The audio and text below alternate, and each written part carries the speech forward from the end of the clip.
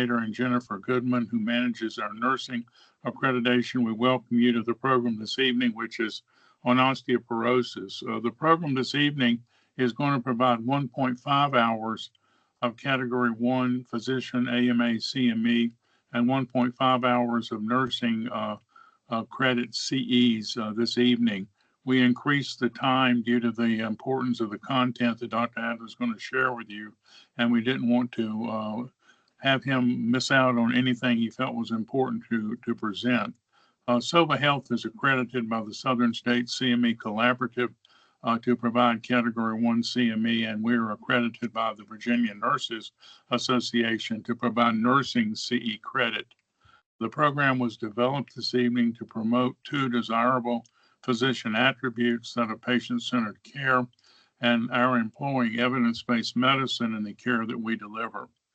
Dr. Adler, myself, members of the Sovah Health CME Committee have no commercial relationships to disclose to you. The program this evening also has no commercial support. As you may know, it is supported through an educational grant from the Ralph Landis Medical Education Fund, which resides at the Danville Community College Educational Foundation. Dr. Landis, who founded the Southside Urology and Nephrology practice, previously known as the Danville Urologic Clinic, provided a generous donation upon his retirement a number of years ago from clinical practice. That has been grown thanks to hospital leadership and shepherding the monies to where it can provide an endowment for education for all types of healthcare providers in our community. You will receive this evening by email a program evaluation form. In addition, at the end of the program, as I'll show you in a moment, Mary will place a QR code in the chat if you prefer to access the evaluation form. We ask you to take a few minutes to fill it out. There's some 7 or more questions. Question number 4 asks, what changes do you plan to make in your practice based on what you learned this evening? And that question is for everyone, not just for the physicians or direct providers on the call. We all practice our skills based within our scope of practice. The form will also ask you to re-enter your name and your email, and the name is important. Please give us your full name. This is the name that will appear on your CME certificate. Please don't use a nickname or a short name, whatever you'd like to see on the certificates, what you put into that eval form, name blank as it were. Physicians are not required to complete an eval form for credit, whereas the Virginia Nurses Association does require nurses and nurse practitioners to complete an eval form in order to receive credit. We very much appreciate the eval forms, and we take them very seriously. They're used not only to feedback on this program, but to help us in planning future activities. This slide simply shows you the fact that there will be a QR code posted in the chat box to access the eval form if you prefer that. For the medical residents on the call this evening, you do not have to keep up with your CME certificates. We inform your program coordinator, that's Dara Johnson or Lori Galvez, of your participation, and they keep a record of that for you. If you have any questions about the evaluation process or certificates, please reach out to one of the 3 of us and we'll be happy to help you. Every time we do a program, I want to make a special effort to thank Mary Kent as well as Jennifer Goodman into putting the program together. Mary does an enormous amount of the work that's required for us to provide you accredited CME programs along with Jennifer. I know Dr. Adler likes to have questions. If you will put those in the chat, also raise your hand. Mary will be monitoring the chat, and she will facilitate getting the questions to Dr. Adler. The more questions and comments, actually, I think the more rich learning experience these type programs can be. So if you do ask a question verbally, we ask that once you've asked your question or made your comment, you mute your phone to listen to the answer, simply to avoid the feedback this system gives us. You're certainly welcome to do more than one comment or question. Actually, the more we have, the better it is. Let me highlight the final programs for you that we'll be doing this calendar year. We have a special added on program next Wednesday night. So be aware, Wednesday night, not Thursday night. Next Thursday and Friday are Halloween nights, depending on your community and the groups in which your family relates. So we didn't want to do something next Thursday night. But there has been so much, if you will, talk, noise, information zooming around concerning current annual vaccinations that are helpful for people. We thought it would be good to have Dr. Baracco, the medical officer for the Virginia Department of Health, give us a brief review of what VDH is recommending for these for our Commonwealth. You'll recall Dr. Baracco did the review of syphilis a few weeks ago, and she's generously offered to do this for us next week as a special added on feature, if you will. And then next month, we will have 3 programs. Dr. Christopher Holstad is the medical director for the Blue Ridge Poison Control Center that's located at UVA in Charlottesville. We have had him several times in the past. He's an excellent teacher. He's going to be doing 2 programs, one November 6th, as you can see, one November 20th. The first one I think is going to be so clinically relevant. It's the limitations and effective use of drug urine screens in the many types of drugs people are mistaking and misusing currently. And then he'll come back at the end of the month, the week before Thanksgiving, and talk about envenomated patients. That's like spiders and things of that nature. Between his 2 talks, we're delighted to have Dr. Boland, who is a nephrologist at Wake Forest University School of Medicine, Atrium Health Baptist in Winston-Salem. She's going to be talking about diabetic nephropathy. There are now 4 major classes of drugs that can slow the progression of diabetic nephropathy, and so it's a very timely time to let her talk to us about that. Diabetes continues to be the #1 reason patients end up with end-stage renal disease and on dialysis or renal replacement therapy in our state and in our nation. That being said, it is a pure delight to have Dr. Adler back with us. We have had Bob Adler speak with us several times over the past number of years on osteoporosis.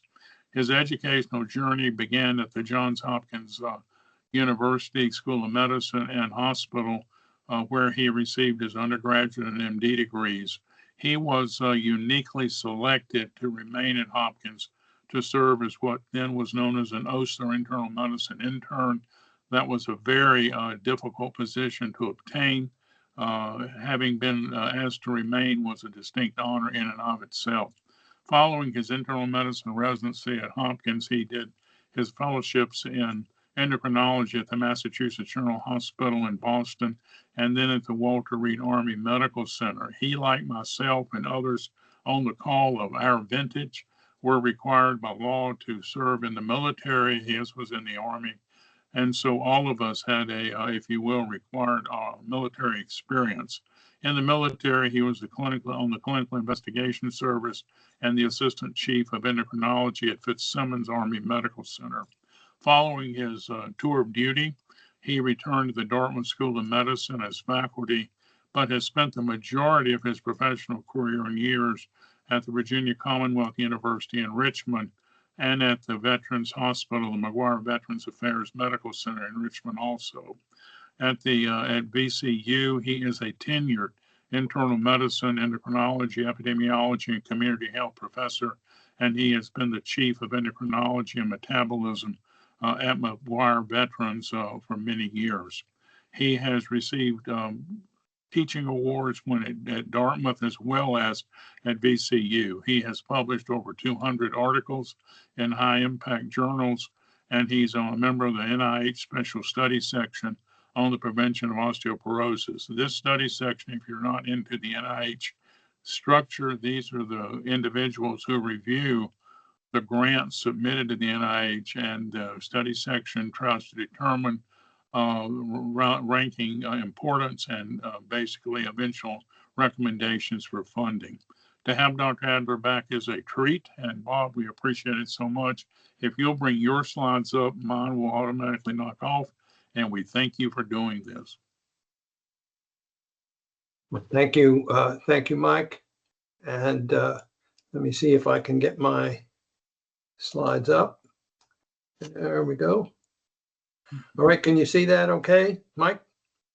Not yet. Not yet. Okay. Well, good evening, everybody. I've always enjoyed my trips to Danville, and sorry I can't be with you in person tonight, but I hope that we will make this as informal and interactive as possible and get you up to date with what's going on in osteoporosis. I have no significant disclosures except to say that what you will hear will be my opinions and not necessarily those of the Department of Veterans Affairs. So our objectives tonight is to talk about who should be screened for osteoporosis and when, give you some ideas about how to evaluate people at risk for fracture, and then provide some information on management based on the severity of fracture risk. So first, a few factoids. There are more than 2 million osteoporotic fractures in the US every year. And as our population ages, there will be more fractures. Remember, the baby boomers are approaching 80. There's increased mortality and morbidity from vertebral fractures, but people don't really recognize just how deadly hip fracture is. With mortality in older women, depending on the study, in the 15 or so % range, 1 year mortality, and twice that in older men. And in addition, of those who survive the hip fracture, half of them never get back to their previous level of independence. Dr. Adler? Yes. I'm sorry, this is Mary. I'm so sorry to interrupt. I'm not seeing your slides, and I've checked with one other person and they aren't either. Okay, So well, I go think, back. yeah, I'm so sorry. Oh, don't be sorry. This is, let me go back to where we are. Here we go. And I want to share my screen. All right. And can you see it now? No, I'm seeing a Teams, the Teams invite for the meeting. Oh, gosh. So, you go to your, where it says share, the share button. Then click on the windows that says Windows. Yeah, let me see where I was.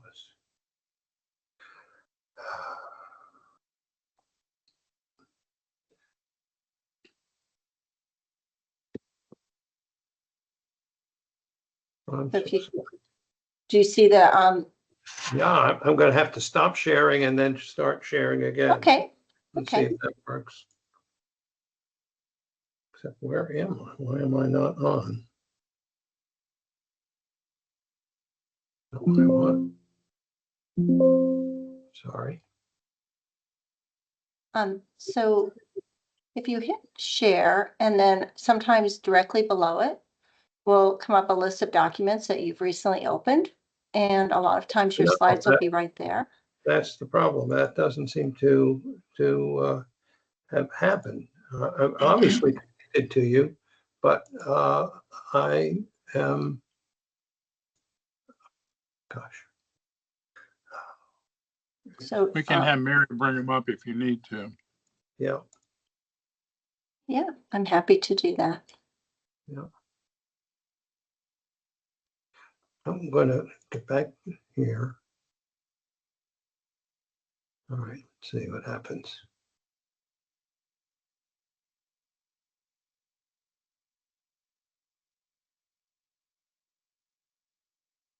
Okay.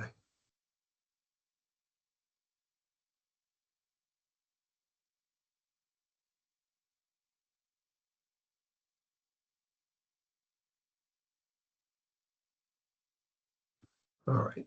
Now, can you see it now? Yes. Are we finally there? And now you Yeah, want, just go. yes, Yeah, there you are. Showtime. perfect. Okay. It's full screen. Looks Okay. good. Okay. I'm so sorry. Good job. It's okay. Thank you Not so at all. much. So let me go back to the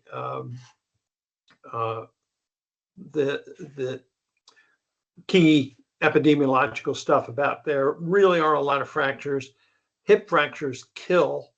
And for those who survive, many lose independence. And therefore, we should think of fracture as a sentinel event. This is a bone attack, similar to a heart attack. And as I said, as we age, we're at higher risk for fracture, and the baby boomers are catching up.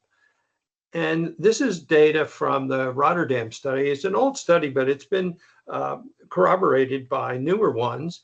And you can see that as time goes on and people get into their late 70s and 80s, that hip fracture really increases markedly. Men about 10 years lagging behind women. So how do we make the diagnosis? Well, you basically can make the diagnosis if someone has a low trauma fracture after age 50. So I always say I'm an old man, and if I'm at a standing position and I fall and I break a bone, well, something's wrong with my bones, because that should not happen. So you couldn't define osteoporosis as a low trauma fracture, defining low trauma as a fall from a standing position and breaking a bone from that fall. We also use bone mineral density, or DEXA. And I'm going to talk about that a little bit more. And we define a bone density that's 2.5 standard deviations below the normal young mean in spine or hip as osteoporosis. And a third way is to use a 10-year fracture calculator known as FRAX, which is readily available. And in the United States, we define osteoporosis if the person has at least a 3% chance of a hip fracture within 10 years, or 20% chance of a major fracture within 10 years. And major means spine, hip, humerus, or forearm. So those are three different definitions of osteoporosis. As I will show you, bone mineral density is still very good as a predictor of fracture, and it's a low radiation and relatively inexpensive test, and it's a very good predictor. However, if a person has had a fracture, they should get a DEXA to help you further define them and define the severity of their risk. And the major organizations suggest that older people should be screened. The U.S. Preventive Services Task Force says that all women should be screened by age 65, but there's insufficient data to recommend for or against screening in men. I happen to disagree, and I'm going to show you some data on that. But then there are other people who have risk for fracture based on disease or treatment, and that includes causes of secondary osteoporosis, which I'll go into, and then some medications. We cause a lot of osteoporosis by prescribing prednisone, a aromatase inhibitor in women with breast cancer, androgen deprivation therapy for men with prostate cancer, and even anti-seizure medications are associated with increased fracture risk. And you can make an argument that any people who fall into these categories should be screened with a bone mineral density by DEXA. So this is a picture of an old DEXA, but actually the technology hasn't changed all that much over 25 years. But what it is an X-ray device underneath the table, and a detector arm that goes above the table. And from that, we get an image that looks like this. This is in the lumbar spine. And from that, the machine is able to tell the difference between hard tissue and soft tissue. Well, that's pretty good, except that it can't tell the difference between good bone and osteophytes and other degenerative changes. So some older people, particularly older men, may have lots of osteophytes, and have what looks like really good bone density in their spine. And so in older people, spine bone density is not always that helpful. The data you get from a DEXA is expressed as a T-score and a Z-score. The T-score tells you how that person compares with normal young people. And in most cases, for both sexes, for all ethnic groups, we compare the bone density with a group of normal young white women. And there's a rationale for this, that it seems like the threshold for fracture is based on the actual bone density rather than the T-score. But we're kind of stuck with this nomenclature. So a T-score that is minus 2.5 or worse, that is 2.5 standard deviations below that normal young mean, is considered osteoporosis. If the T-score is -1 or better, that is, or higher, that's considered normal. That is within 1 standard deviation of the normal young mean. The Z-score compares the person with peers. But let me go back to the T-score one more time. And you see here in this person, the T-score was -1.6. That has this funny name of osteopenia, or low bone mass. So it's in between normal and true or full osteoporosis. It turns out that there are more fractures in that group simply because there are many more people who have osteopenia rather than osteoporosis, although those who have a T-score -2.5 or worse have a much greater chance of having a fracture than someone who has so-called osteopenia. Then going back to the Z-score, this compares the patient with peers. So in this case, this was a white male aged 81. So this Z-score compares him with other white men at age 81. So he's a little bit below average, but he's actually within the norm for men who are age 81. But you see, that puts him in the osteopenic category. All right. This is what the hip looks like. And there's several different areas that are in the hip bone density, but we really only look at 2. One of them is the total hip. And this is one that we follow.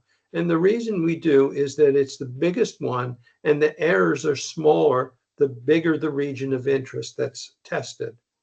So here the total hip was again in the osteopenic range at -1.3. But the key one is here. This is the femoral neck.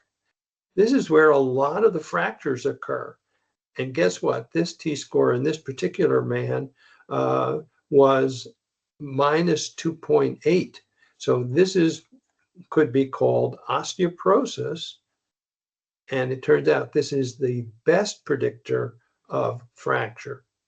So most hip fractures are here at the femoral neck, or if persons fall to the side, it may be here at the greater trochanter. But the femoral neck bone density turns out to be the very best predictor of fracture. So that's what a DEXA looks like. And you should get, when you get a report, a listing of the T-scores in the spine, in the total hip, and in the femoral neck. Those are the 3 key T-scores that you will get. The other thing you can do is calculate FRAX. FRAX is a 10-year hip and spine and major fracture risk calculator. So it's akin to the 10-year cardiovascular risk calculators that you're all familiar with. And you put in various information, the age, whether the person's male or female, their weight and height, whether they've had a previous adult fracture, whether their parent fractured a hip. Genes play a big role, whether they're a current smoker, whether they've been exposed to glucocorticoids or have rheumatoid arthritis, whether they drink more than 3 units of alcohol a day. And then you put in the femoral neck bone density, and you have to select the particular machine brand in order to do this properly. And from those risk factors, we get some idea of the 10-year risk of fracture. Bone density measures amount of bone.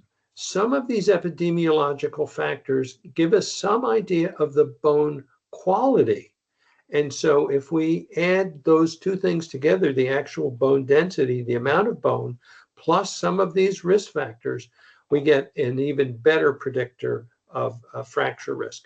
And this is the URL for FRAX. It's free. There is a FRAX Plus that is a fancier new version. That costs money.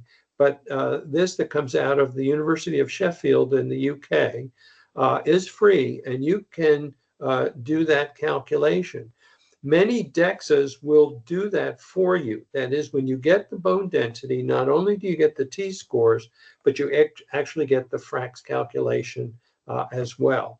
There's another fracture risk calculator that comes from Australia called the Garvan calculator, and this works quite well too, and that's also available to you free. So does it work? Does screening work? Well, this is a fairly recent study from the UK, and they found 12,000 women in various primary care practices and randomized half of them to screening. Well, what was their screening? Well, they actually calculated FRAX using body mass index instead of bone density. That is, there aren't that many DEXA machines in the UK, so you can actually calculate FRAX without a bone density, and it uses body mass index as a surrogate, and it works reasonably well. And so they did that, and if the women were at low risk, they didn't do anything further. However, if their risk was a little bit above average or more for their age, then they did an actual DEXA and recalculated FRAX using the DEXA information. If they were at increased risk of fracture by DEXA or the FRAX, then they treated them, and in this case, they treated them with oral bisphosphonates. And in those who got screened, there were fewer hip fractures than those who weren't screened.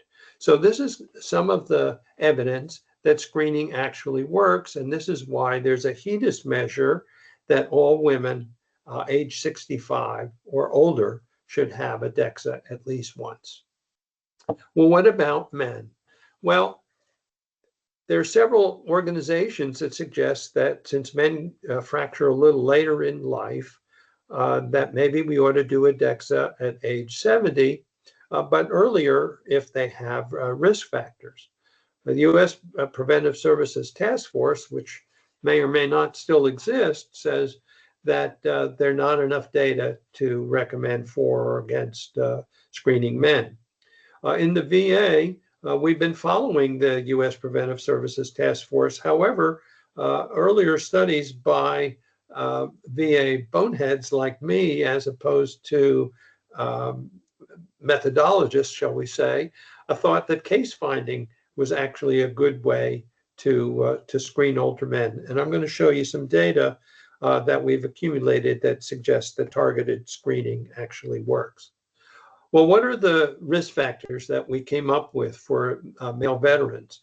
This was a low trauma fracture after age 45, X-ray evidence of low bone mass or a fracture, androgen deprivation therapy, prednisone or hypogonadism, prednisone meaning 3 months of prednisone at least, anticonvulsant therapy for at least 2 years, bariatric or gastric surgery or malabsorption, excess alcohol, and current smoking. So does it work?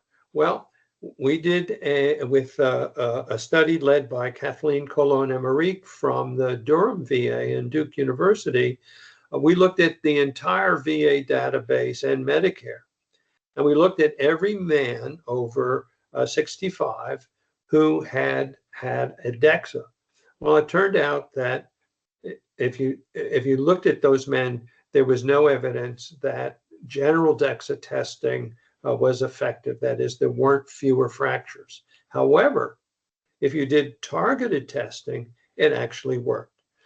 If the men were 80 years old or older without any other risk factors, if they had a history of androgen deprivation therapy or prednisone, if they were at high risk by FRAX using, again, BMI as a surrogate for bone density, very much like the SCOOP study, or if they were 65 or older and had one of those risk factors that I just listed for you.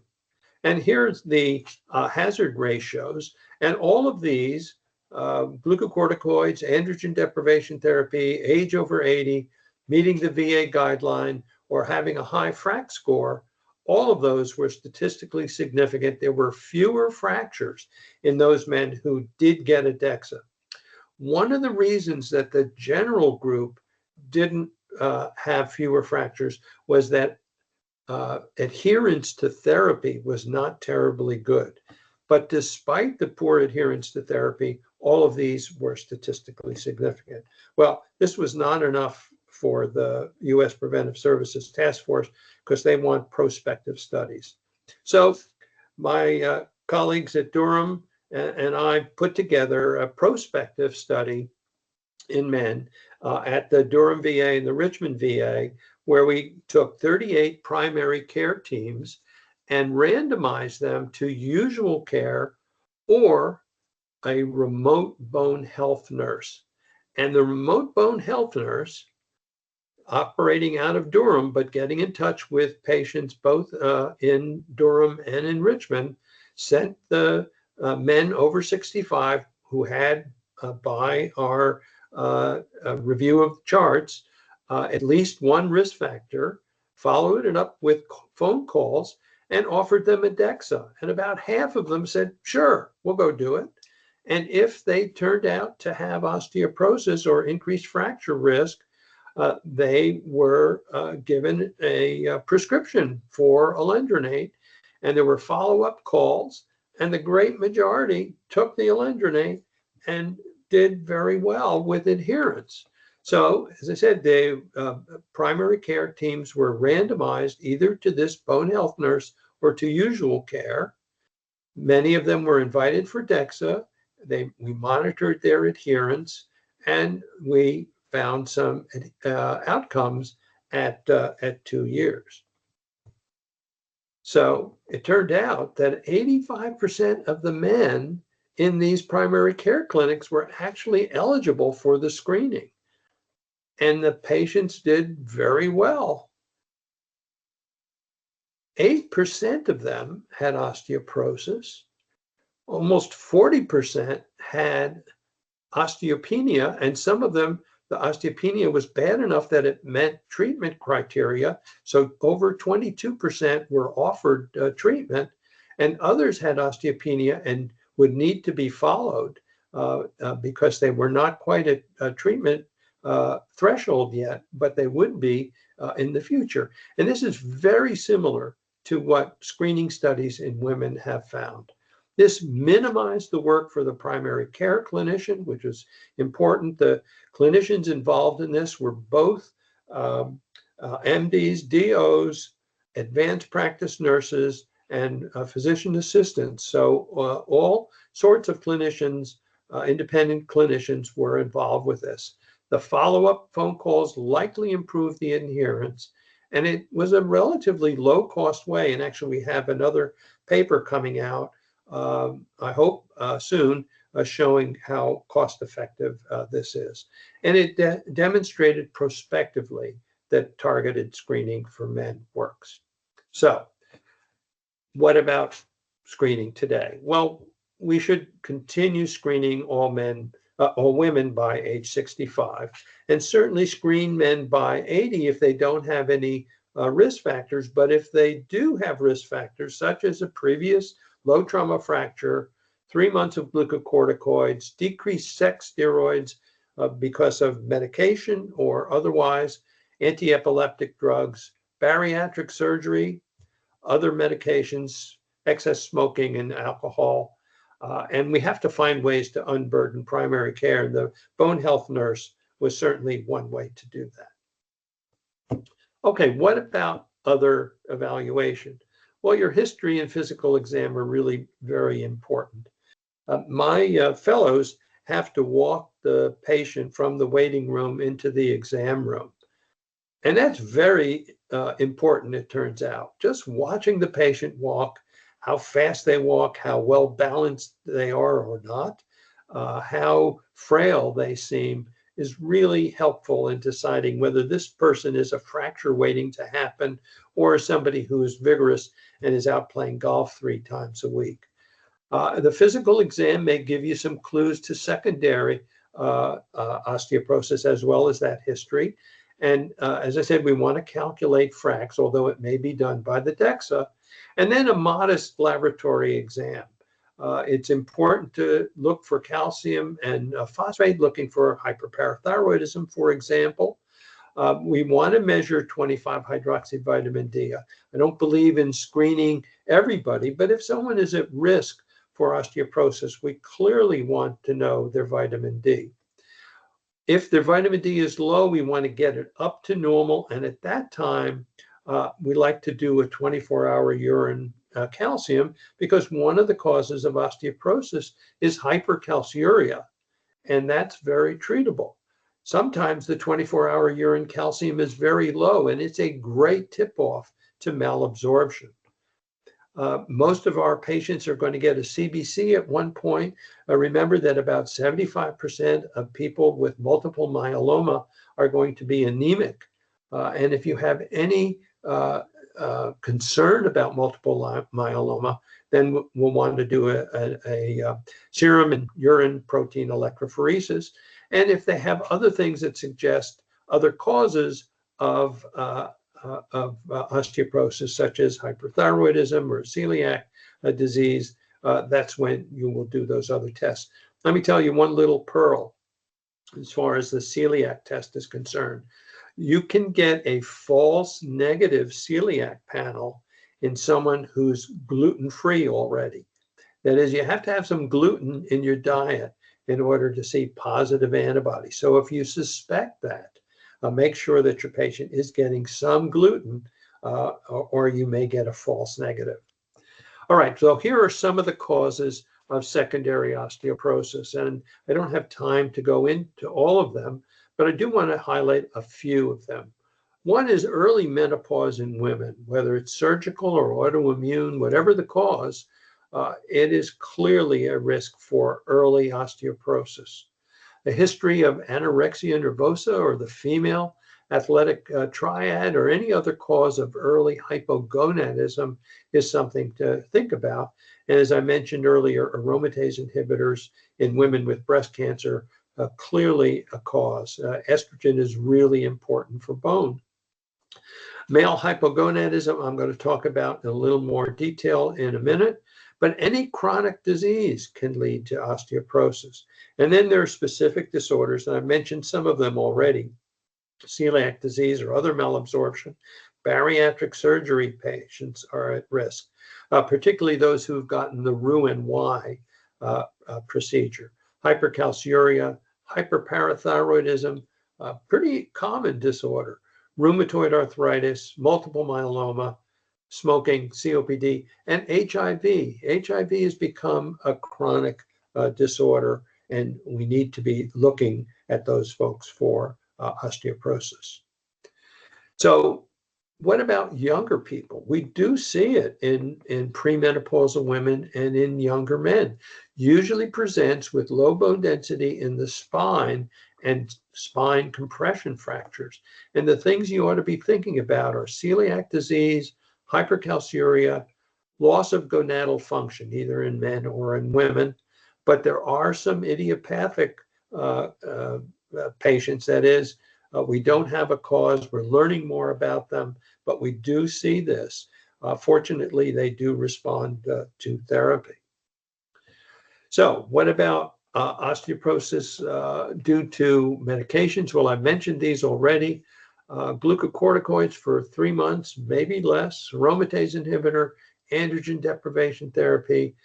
Some of the anti-epileptic drugs, the earlier ones like phenytoin, will increase the catabolism of vitamin D, but all anti-epileptic drugs can cause dizziness and increase fall risk. Very important. The checkpoint inhibitors used in cancer patients can cause all sorts of endocrine disorders, including hypopituitarism, and that can lead to increased fracture risk. Cyclophosphamide used for Hodgkin's disease was thought to only affect the germ cells of the testes, but it's clear that it causes hypogonadism as well. One of the earlier drugs used for HIV, tenofovir disoproxil fumarate, was associated with osteoporosis. The newer forms of tenofovir seem to be much nicer to bone. So I want to say a few more words about osteoporosis in men, because this is an area that hasn't gotten enough attention. About 1/4 of all hip fractures occur in men, but men have twice the death risk than women do. Prior to the COVID pandemic and the opiate endemic, men were starting to catch up a little bit with women with life expectancy, but still men are living long enough to fracture. As I mentioned before, the baby boomers are approaching 80. Most people don't know about this, and that is, in a man, he has actually has a higher chance of having an osteoporotic fracture than he does an MI, a stroke, or have the new diagnosis of prostate cancer. So fractures actually are very common in older men. This is pre-COVID data. I don't have any newer data, but the point is that fractures do happen commonly in men. Here is a really interesting study from the Mr. Oz study. This was an observational study in 6,000 men across the US. And these were hip fracture risks in this study. So age, not surprising, less protein in the diet. You know, we think about calcium and vitamin D, but protein in the diet turns out to be important. Any fracture, including traumatic fractures after age 50, divorce, tricyclic antidepressants, hypoglycemic agents, height loss, hyperthyroidism, Parkinson's disease, and I suspect any mobility disorder, the inability to stand up from a chair without using the hands, decreased executive or cognitive function, current smoking. Now, if you take these risk factors and add them to DEXA, look what it does to the fracture risk. This is hip fracture risk in older men. So if they have only one risk factor, let's say they're over 75, well, there are 10 hip fractures per 1,000 patient years. But if they have 4 or more of those risk factors that I just showed you, they have a 5-fold increase in the number of hip fractures per 1,000 patient years. So doing your history and physical and adding those risk factors to the DEXA really provides you information about who's going to get a hip fracture. This works for women as well. And then I want to remind you that hip fracture kills. In older women, ages 75 to 84, the all-cause mortality for those without a hip fracture is about 5 per 100. Whereas if there's a hip fracture, it triples to 17 women dead within a year if there's a hip fracture. In men, the overall mortality rate is about 8 per 100, but it increases to 33 per 100.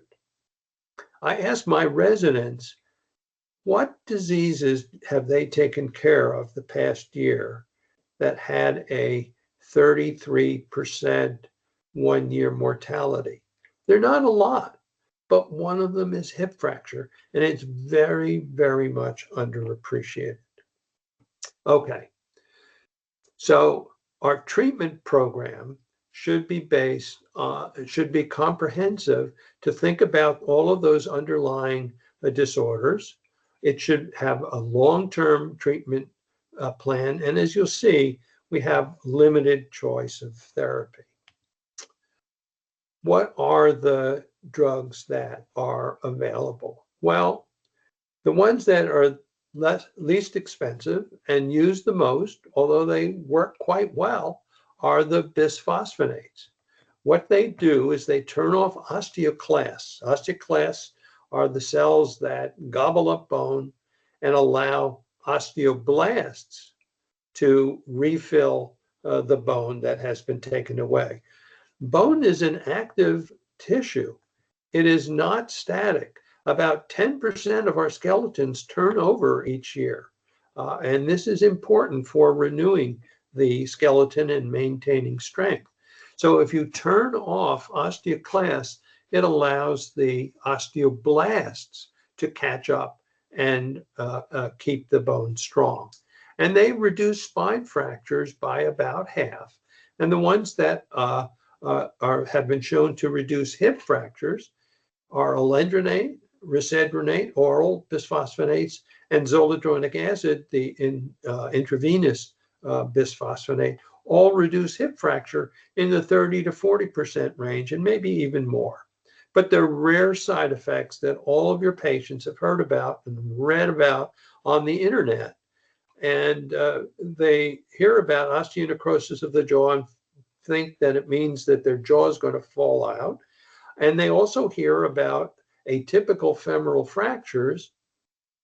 And that's kind of crazy to think that you're treating somebody to prevent fractures with a medication that could cause fracture. This is a real dilemma for the clinician trying to explain this to the patient. So we have this terrible situation where we have lots of people at risk for fracture. We know that bisphosphonates work to decrease fracture. I'm going to talk about anabolic agents, but they're expensive and inconvenient. And we need to treat people for years, and yet we don't really know the optimal length of treatment. And the concern about side effects leads some people never to start the treatment, and certainly leads to decreased adherence to therapy as people learn about those side effects. And so it turns out the minority of women who have postmenopausal osteoporosis, the minority are treated, and even fewer men. And after fracture, we're actually doing worse. Fracture, as I said, should be a sentinel event.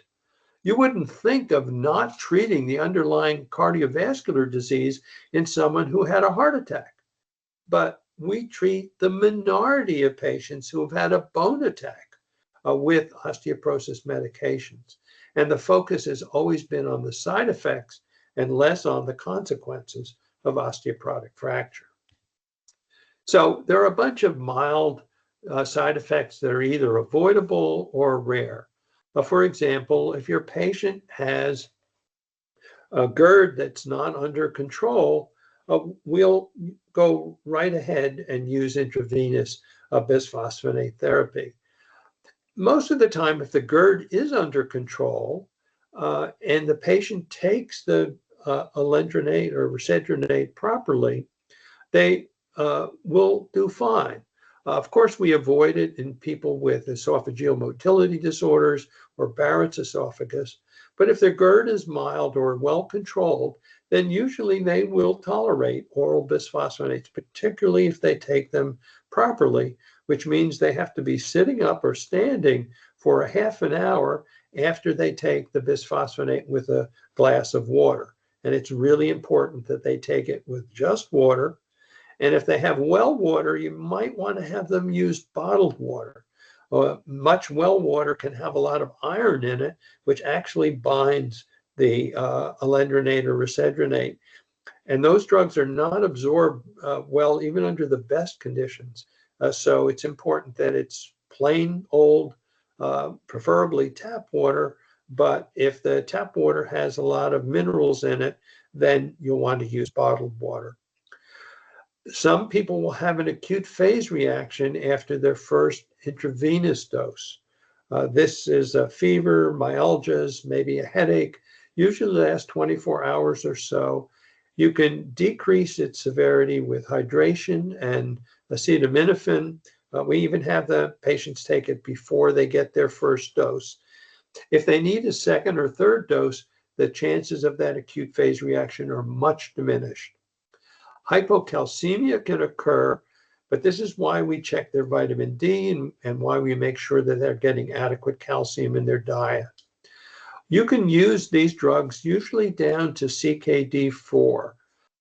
We're careful about this, but most patients will tolerate that down to CKD4. There have been very few cases. I've seen 2 cases of uveitis in I don't know how many hundreds and hundreds of patients that I've treated with bisphosphonates. It's idiosyncratic. You can't predict who's going to get it. Fortunately, most of the time it is treatable with just steroid eye drops, and patients don't need prednisone, although we used to treat them with that. It's probably not necessary. Esophageal cancer was thought maybe to be associated with oral bisphosphonates, and the data suggest that that's not the case. There may or may not be a slight increase in the incidence of atrial fibrillation in patients given intravenous zoledronic acid. Again, that's plus or minus. Some people do get generalized aches and pains in their joints and bone after bisphosphonates.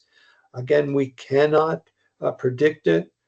It sometimes is limiting as far as being able to treat the patients, but that does occur. And of course, there can be rashes.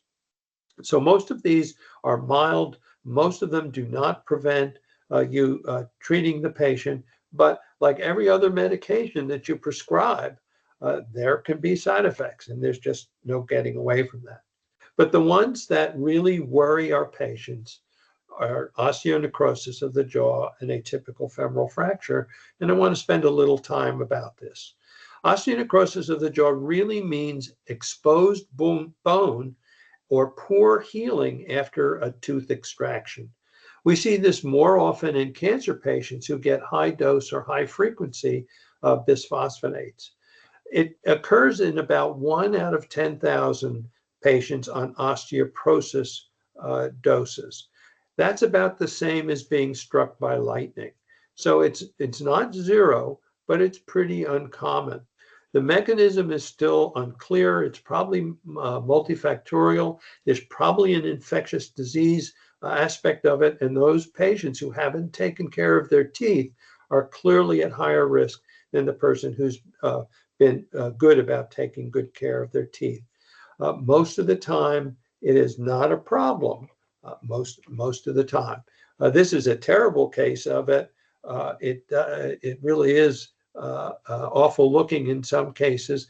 This is in the maxilla. It's usually in the mandible. So how do you deal with this? Well, the ADA committee recommended that everybody take care of their teeth, of course, with good dental hygiene. And all of us have patients who have not done that, and they clearly are at higher risk. For routine dental care, even crowns, root canals, it should not be a problem. We want to avoid dental procedures if needed, but the teaching is if the patient needs a tooth extraction, go ahead and do it. Alert the dentist. They may want to do some extra antibiotic use and other things to decrease the chance of infection. And most of the time, the patients will get through it without a problem. But the one that really bothers people the most are the atypical subtrochanteric fractures. So these are fractures that occur below the head of the femur and just above the knee. So they're shaft fractures of the femur.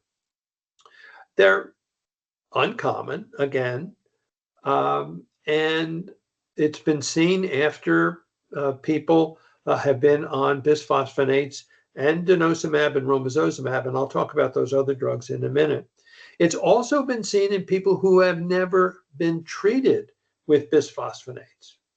So it does occur in people who haven't been exposed to bisphosphonates. But clearly, with duration of bisphosphonate therapy, the incidence goes up. This is what it looks like. It's terrible. It always starts on the lateral side of the femur and goes across, usually all the way to the other side.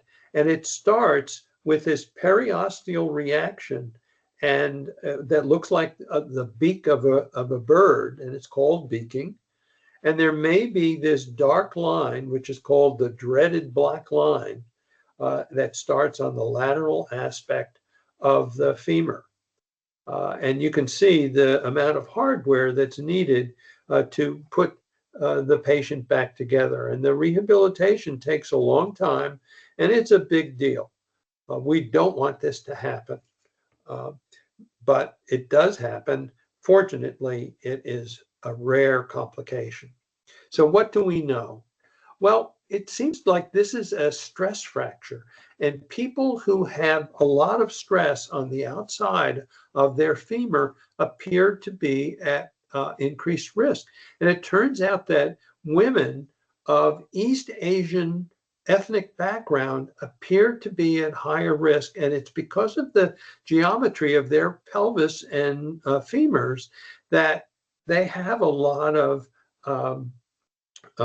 pressure and stress on the lateral aspect of the femur. We think that the suppression of bone turnover by bisphosphonates probably has an impact, but it also turns out that glucocorticoids, proton pump inhibitors, and diabetes probably increase the risk as well. So the incidence is very low in the first 5 years of treatment, but as you get to 7 years and more, the incidence increases, and that has an impact on how long we treat our patients. One of the things we can do to try to find these early is that when we do a DEXA, in many machines, we can now do a single energy, very low radiation dose picture of the femur. And we can sometimes see a little ditzel here that may be abnormal, maybe one here as well. And if we see this, then we send the patient off for regular full x-rays of the femur. And sometimes we can treat this medically without it becoming a full fracture. So what do we do? Well, I think it makes us think twice before starting a woman of East Asian extraction on a bisphosphonate, or if there's femoral bowing, again, another reason for stress on the lateral aspect of the femur. And the only other thing is if your patient has thigh or groin pain while on bisphosphonates, that's a person who also needs images of the femur, looking to see if there's early evidence of that atypical fracture. So how long do you treat? Well, we have only 2 long-term studies. This was the first one. This was with alendronate.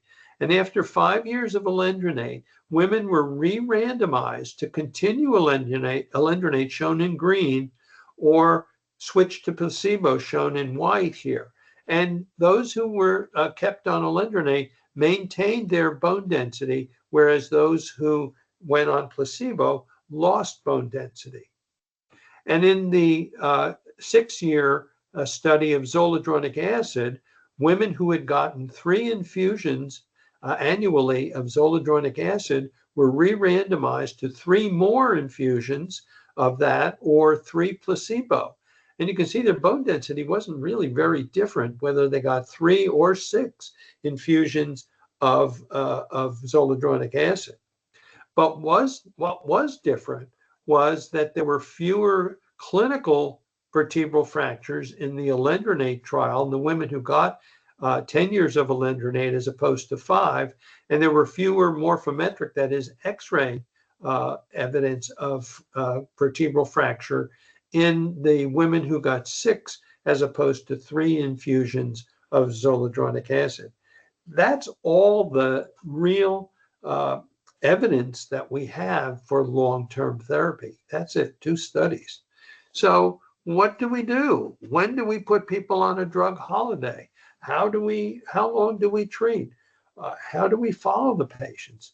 Well, we really don't know.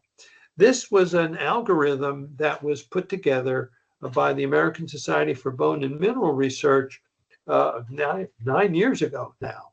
And it suggested that you test people after 5 years of oral bisphosphonate or 3 annual infusions of zoledronic acid and see whether they're still at risk for fracture at the end of that period.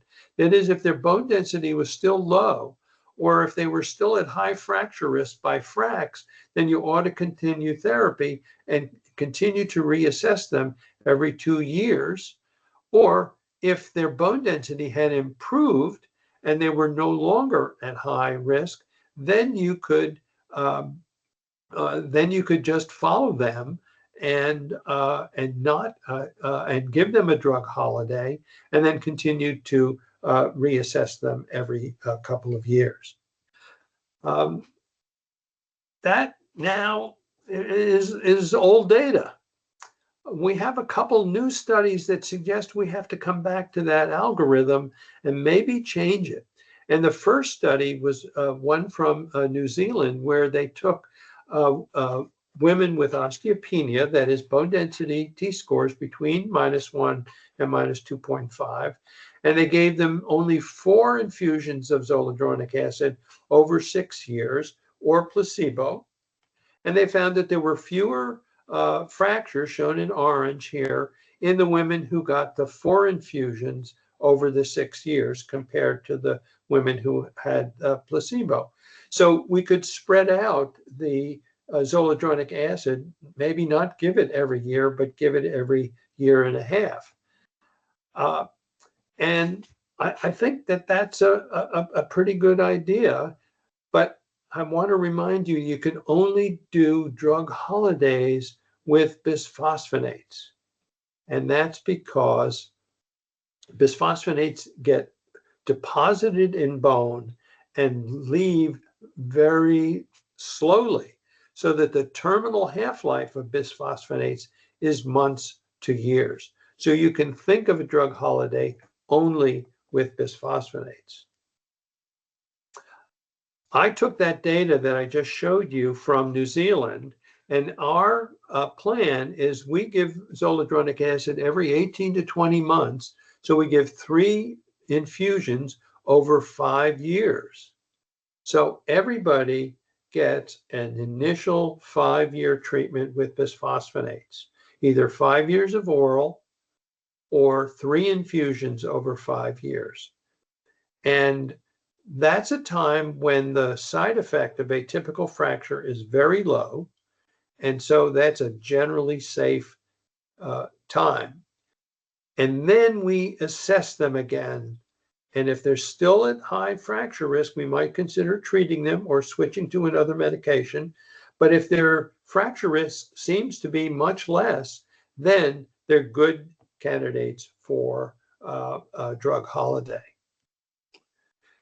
So these are the things that we use at 5 years to determine whether we should continue treatment or not. What's their age? What is their history of fracture? What's their bone density look like? Are they somebody who falls a lot? Do the fracture risk calculators suggest that they're still at higher risk? And then when I call eyeball, looking at the patient, again, is this somebody who looks like a fracture waiting to happen, or is this someone who is relatively vigorous and has good balance and gets up from the chair quickly? That tells you an awful lot. So then there's this new study from New Zealand that's shaking us up completely. This is a very interesting study. Now, they took women who were at relatively low risk. They were in their 50s and 60s at this time, and they had mildly low bone density. And they randomized them to get nothing for 10 years, or zoledronic acid at time 0 once, or zoledronic acid at 0 and 5 years. So 1 infusion or 2 infusions of zoledronic acid over 10 years. And those women who had at least 1 infusion had fewer fractures than the women who got placebo infusions. So if you can convince the patient to just get that 1 infusion of zoledronic acid, you're actually helping her. You are decreasing her fracture risk at least for the next 10 years. So any treatment like that is better than no treatment. And so I think it gives us some comfort that if we can get even that 1 infusion, we're actually helping the patient, and maybe for an extended period of time. And maybe we have to rethink how long we treat people and how often we treat them. So one of the ways we're trying to figure out who's going to get the severe side effects, the atypical fracture, is being done by some 4 studies that have been funded by the NIH. And it's really interesting. There was a big competition to get these grants, but once the 4 groups were awarded grants, they're now working together. And I'm a part of this one, headed by Laura Carbone, a rheumatologist from Augusta, Georgia. And what we're trying to find out is which patients are likely to get osteonecrosis of the jaw and atypical femoral fracture, and from that derive some sort of calculator of that risk so that you can determine before starting treatment who is likely to get one of those severe side effects. And we're using very large databases. We're using the entire VA database. We're using 3 different Kaiser Permanente databases and a private sector database from the Midwest. And we hope to get a lot of information from over 500,000 bisphosphonate users. This is the only way we can get this data. We can't do prospective randomized trials. So if you don't use oral bisphosphonates, what can you use? Well, I've already talked about intravenous zoledronic acid, but then there are the other anti-resorptives, denosumab and raloxifene, and they're the so-called anabolics or osteoanabolics, which I also will talk about. So this is a study of women who had been on oral bisphosphonates, and they were randomized to get either more bisphosphonate in the form of zoledronic acid or the biologic drug denosumab, an antibody to a human protein, and which also turns off osteoclasts. And the women who were switched to denosumab actually had a greater increase in their bone density, shown in yellow, than the women who continued on bisphosphonates. So denosumab appears to be more potent than bisphosphonate. So denosumab, as you know, is FDA approved, and it's very convenient because the patient gets a subcutaneous injection every 6 months, so you don't increase their pill burden. It's more potent, and it's really very nice from that point of view. However, no drug holidays. That is, as soon as you stop, and I'll show you in a minute, you start losing bone. It's also more expensive, and those bad side effects have been reported with denosumab. This shows what happens over 8 years with denosumab. Bone density continues to increase.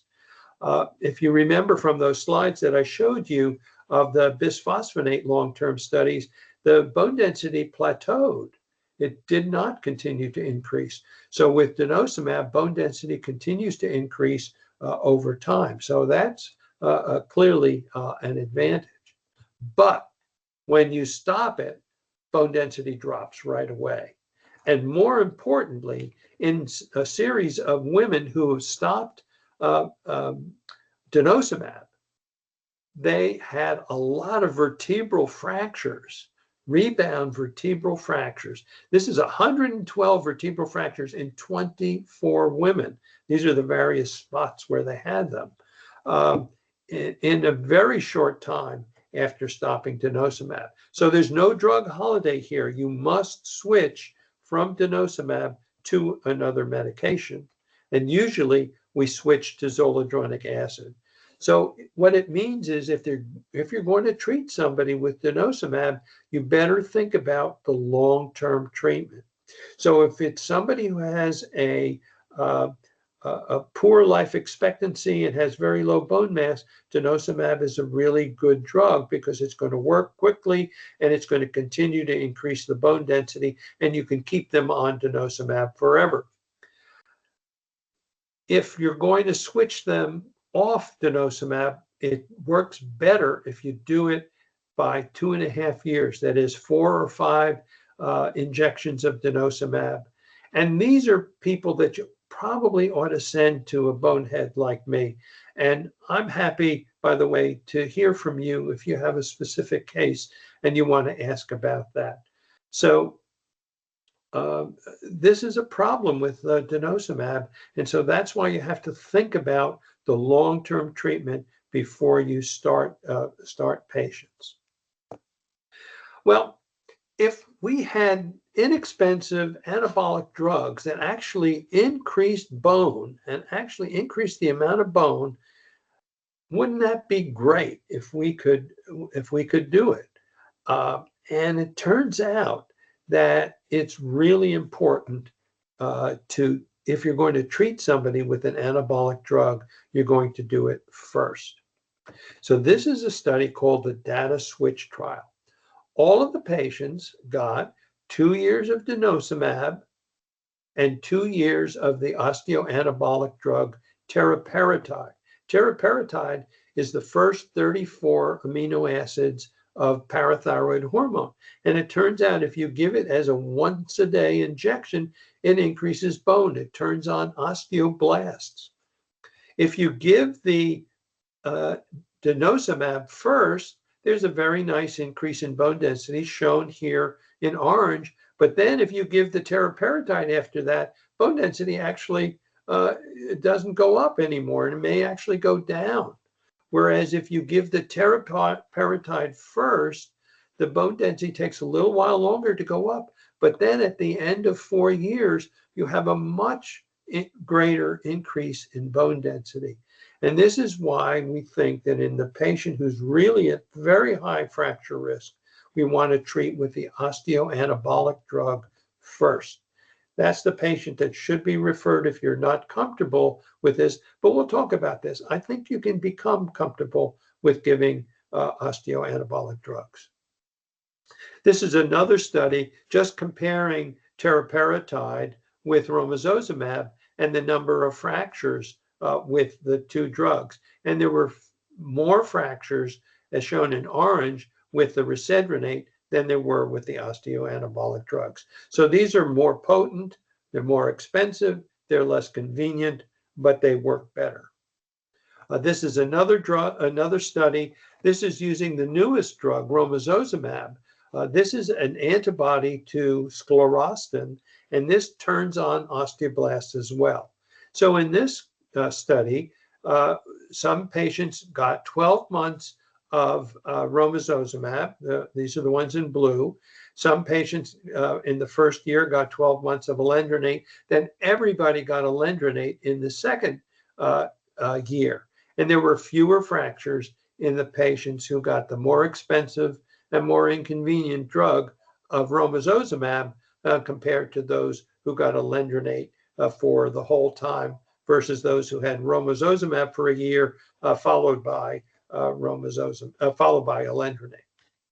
So we want to use osteoanabolic first for your very high risk patient. Maybe this will alter the incidence of those side effects if we can use these osteoanabolic drug and then give a short course of the anti-resorptive drugs afterwards? And can we, with aggressive treatment, improve bone density enough to give the patients a long drug holiday? I think that's our target. That's what we would like to do. So this just shows what happens if you give romosozumab for 2 years, for 1 year followed by 2 years of romosozumab. There's an 18% increase in the spine. That's a huge increase compared to what we saw with, say, alendronate, and even close to 10% in the hip. Again, a huge increase that may bring the patient close to the normal range of bone density after this treatment. So I think a new paradigm of treatment is to treat with anabolic drugs followed by anti-resorptives. Now, romosozumab is given in the doctor's office. It's given once a month. It's 2 injections at the same time, once a month in the doctor's office. It's Medicare Part B, and it is usually approved, and it works very well. Most patients do very well. Then I would follow it either with zoledronic acid or 2 years of denosumab and then zoledronic acid. Or you could use teriparatide or abaloparatide for a couple of years and then followed by an anti-resorptive. Now, teriparatide and abaloparatide are expensive, and they're Part D of Medicare, and they cost anywhere from $3,000 to $4,000 a month. And they're expensive, and they're a daily subcutaneous injection under the skin. It's periumbilical injection. It doesn't hurt because it's done with a pen device. You have patients who you treat with insulin, and they use pen devices and they use injections and can do it fine. There's no reason why you can't become comfortable with using teriparatide or abaloparatide in patients whose coverage will allow them if they're really at high fracture risk. So the drugs work in men. I don't have time to go into this in detail, but all of the drugs except for romosozumab are FDA approved in men, although it does work in men, and this is a study that shows it works in men. So what about vitamin D? I haven't talked about vitamin D very much. At one point, it turned out everybody thought vitamin D was the panacea. It was going to treat every disease you could think about. And there is some epidemiological evidence that vitamin D is associated, or low vitamin D is associated with a lot of not very nice diseases. But for the patient with osteoporosis, it really is important that they get enough vitamin D, but not too much vitamin D. So your patient should get good calcium intake, preferably in diet, adequate vitamin D, adequate protein, and exercise. Too much vitamin D can lead to hypercalciuria and kidney stones, and it can lead to hypercalcemia. The measurement we aim for is a target level of 30 nanograms per ml. Remember that vitamin D is a nutrient. It's not a drug. You all probably heard of the VITAL trial that was in the New England Journal. And it came to the conclusion, if you give vitamin D to people who have plenty of vitamin D, it has no benefit. Well, that was no surprise.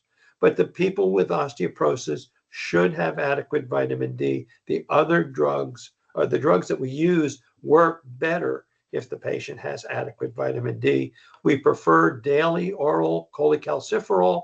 You can buy it at the big box stores. It's inexpensive, and people should take 1,000 units a day approximately, and you certainly should measure it in those patients with osteoporosis. It's really important, however, that you're going to hear from patients who say they've been doing everything right. They're getting good calcium in their diet, good protein, they exercise, they have good balance, and they still fracture. Well, genes play a big role, aging plays a role. There's some people who do everything right and still are going to fracture, and it's probably because of their genes. And this is why in that FRAX calculation, we ask if the patient's parent, one of the patient's parents, has had a hip fracture, because that is a pretty good predictor of the genetic component of osteoporosis. So I want to end with my practical approach to osteoporosis. It should be comprehensive. We want to decrease the risk of falls, and that includes home safety. Everybody can go to the $1.25 store and get a nightlight. Loose rugs are a problem, extension cords, and even pets can cause falls. So anything that lowers fall risk is really important. The patients need adequate calcium in their diet, vitamin D, and protein. Some of my patients think that ice cream is the best source of calcium.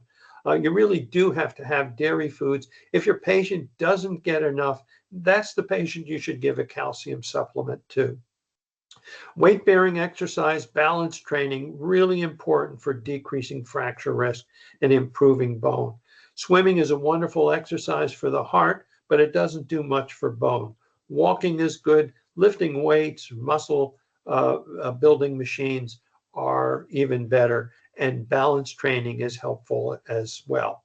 And it's really important that you get across to the patient that hip fracture kills. I ask patients if they know somebody who's had a good retirement and then they have a hip fracture, what happens then? It's usually the beginning of a downward spiral. So for those who are at borderline fracture risk, avoid bisphosphonates. Use conservative treatment, emphasize diet, exercise, fall risk reduction, and then do a DEXA a couple years later. Use FRAX to show that their 10-year fracture risk is low. Keep them away from treatment at that point. If they have osteoporosis by DEXA or osteopenia and they've had a fracture or are at high risk by FRAX, well, then bisphosphonates work. But plan to treat them for about 5 years and then reassess them, and only continue treatment if they're still at high fracture risk. For those who are at very high fracture risk, those people who are the fracture waiting to happen, try to use the osteoanabolics. Give me a call if you want. Follow it then with denosumab or bisphosphonate to consolidate the gains that they've had with the osteoanabolic. We hope we can get close to normal bone density, and maybe then we'll have a long drug holiday. So a network meta-analysis was recently done, and it really suggested that we ought to use the anabolic drugs as much as we can. Unfortunately, they're still very expensive, even though they're biosimilars now for teriparatide. The price hasn't come down very much, unfortunately. This is a big problem. In Europe, they cost a fraction of what they cost here, and it is a problem. So, in summary, for the rest of 25 and into 26, DEXA is still a good predictor, but you're a good predictor by your history and physical exam, by calculation of FRAX, and some modest number of laboratory tests. Treatment remains problematic. Our patients are very concerned about the side effects, but in those first few years of treatment, the risk of the severe side effects is actually quite low. The cost of anabolic therapy is clearly an impediment to optimal care. You have to be worried about patients who are on denosumab who need to be withdrawn. We have no new drugs in the pipeline right now. We're stuck with what we have. Osteoporosis is still underdiagnosed and undertreated in men, but even women are not being treated. We need to pay more attention to this. Vitamin D, finally, is not a panacea, but clearly is a necessary nutrient for bone health.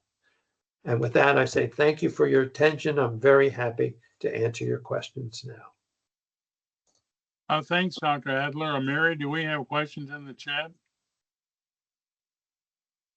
Yes, we do. So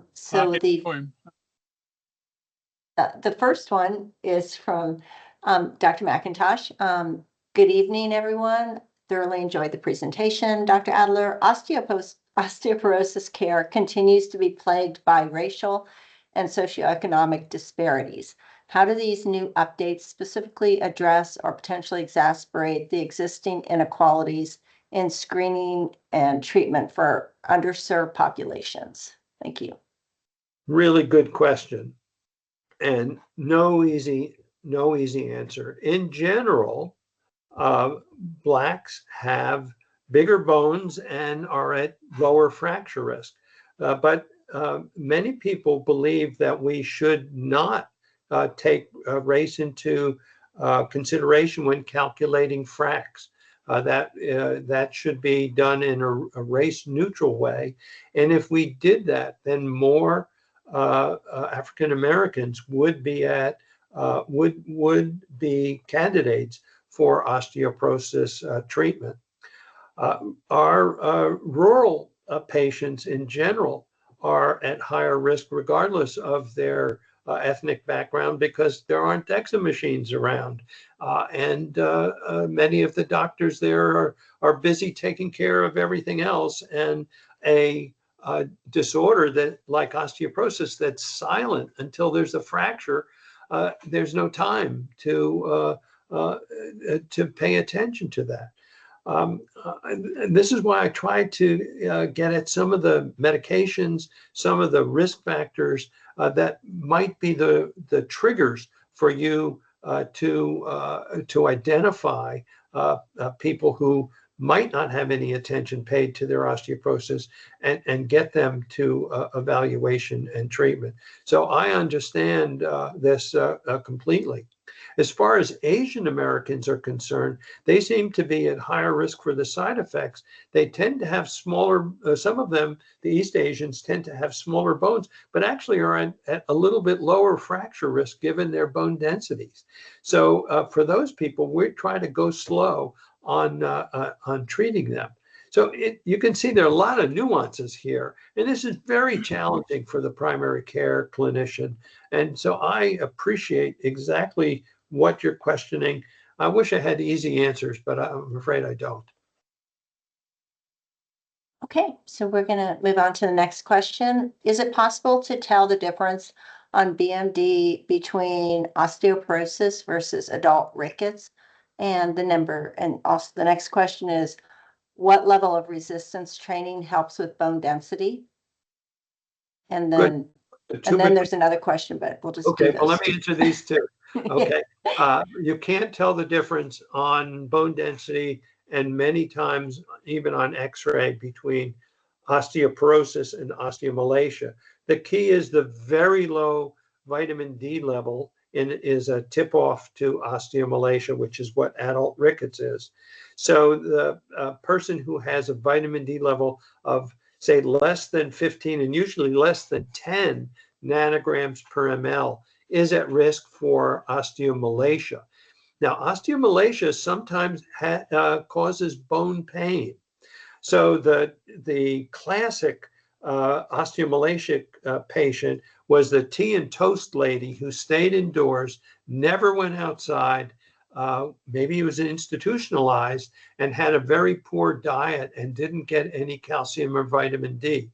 And that's the kind of adult who might have osteomalacia.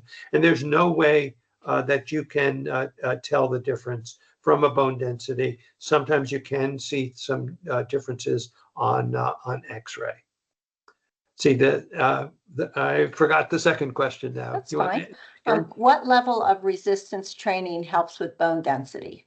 Yeah, that's a really good question.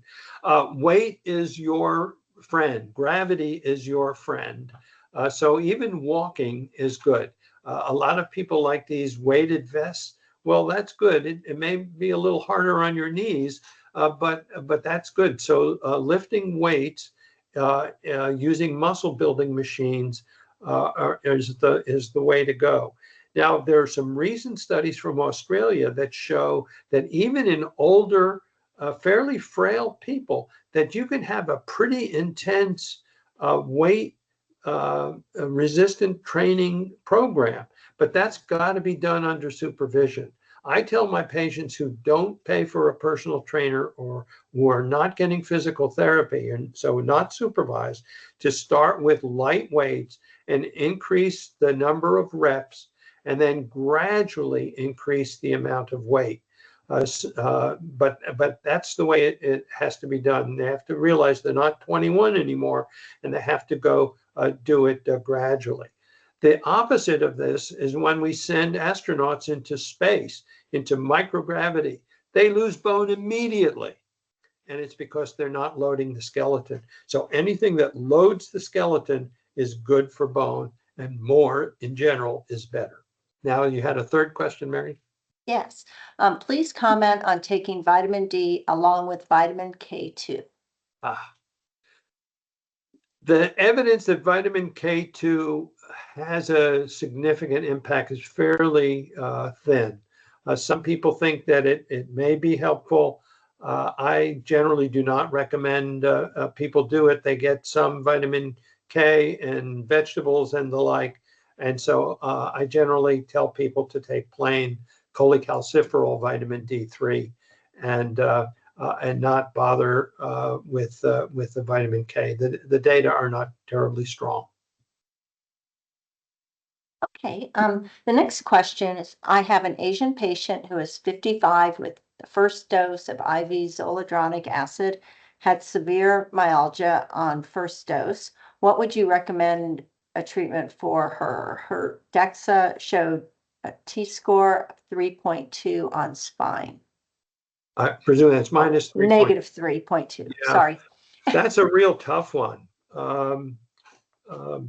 And as I said, you can get these aches and pains that can be severe in the bones and joints after bisphosphonates. I would probably do nothing for a while. That zoledronic acid is going to work for some time period, number one. This is a patient I would clearly send to physical therapy, and I would get her on a really good exercise regimen to build up muscle and bone, to get balance exercises to decrease falls, make sure she's getting adequate calcium, protein, and in the diet, and then follow the bone density and see what happens. After a couple of years, then that might be a time to treat her with an osteoanabolic. And you can usually, if the bone density is as low as it is in this woman, you usually can justify getting an anabolic drug for that person.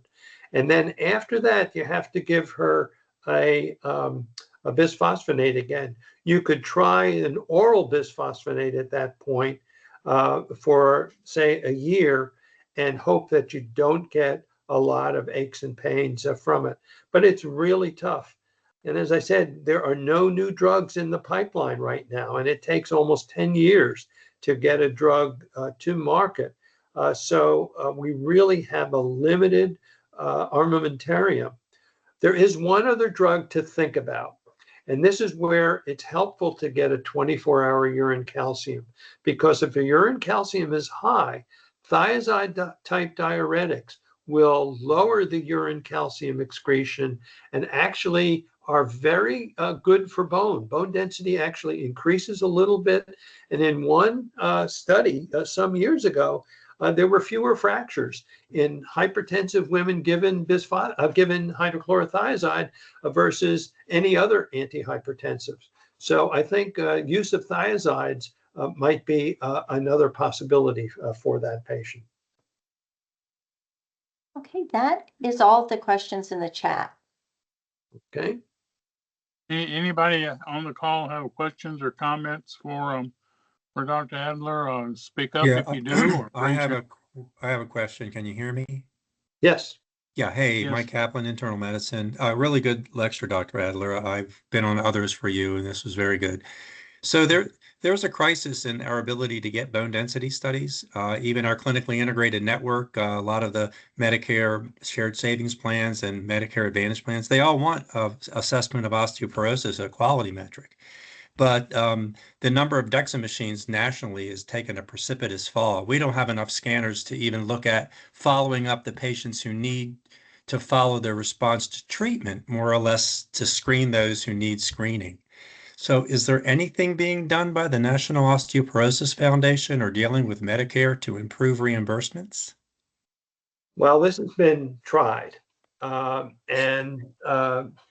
The various groups, the ones that you mentioned, have been talking till they're blue in the face to Medicare about improving the reimbursement for DEXA in physician offices.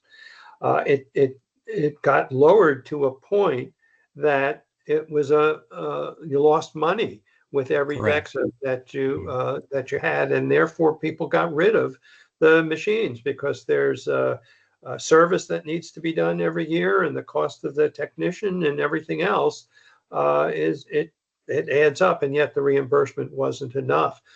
If the DEXA is in a hospital, the reimbursement is higher because the hospital can charge a facility fee. And so that's the only way that some people are able to get DEXAs is if the hospital has a DEXA inside the hospital and therefore can charge the facility fee, and the reimbursement from Medicare is significantly more. It doesn't make any scientific sense because there's no evidence that it's any better in quality or worse in quality, but this is the crazy system we have. So unfortunately, I don't have an answer for you. I can tell you that there's no question that the financial impediment is really important. In the VA, where all women veterans have to have a DEXA by age 65, we're doing it extremely well. The majority of the women are getting it because there's no financial barrier. So that financial barrier is real. And I wish I had answers, but I can tell you that people really have been trying to work with Medicare to change it, but they have not been successful. Yeah, and I know, say, return on investment for the cost of the machine, preventive maintenance, and their personnel. Yeah. Our hospital does not offer it. Our imaging center doesn't offer it. I think there's only 2 machines in all of Danville. Wow. Well, Yeah, I'm sorry to hear that. Again, I wish I had an answer, but yeah. I don't. It used to be in a lot of different offices. I am OB, but not anymore because of the return on investment got to be so poor. Well, Okay. it was a money loser. I You've got know. to at least break even. And Agreed. if you can't break even, then it's just not right. And again, we haven't been successful in changing that. Have them all join the military. They can come to the VA. It's right. Thanks a lot. Good job again. Thank you. Any other questions for Dr. Adler before we let him go this evening? Anyone? Well, Dr. Adler, you were perfectly on time, and we appreciate that. And thanks to everyone who came this evening and participated, and also to the ones asking questions with comments. You're greatly appreciated. I want to remind you that next Wednesday, again, Wednesday, not Thursday, we will have a program on the recommendations of EDH on vaccines. Hope you can join us then. We'll send out a reminder program announcement first of the week. Our many thanks to Dr. Adler. As we would say back at Hopkins, he was pure Oster this evening, and we're very grateful for that. So, Bob, thank you so very much. Everyone else, have a great evening, and we hope to see you back real soon. Take care and good night. Bye-bye. Bye-bye. Thank you.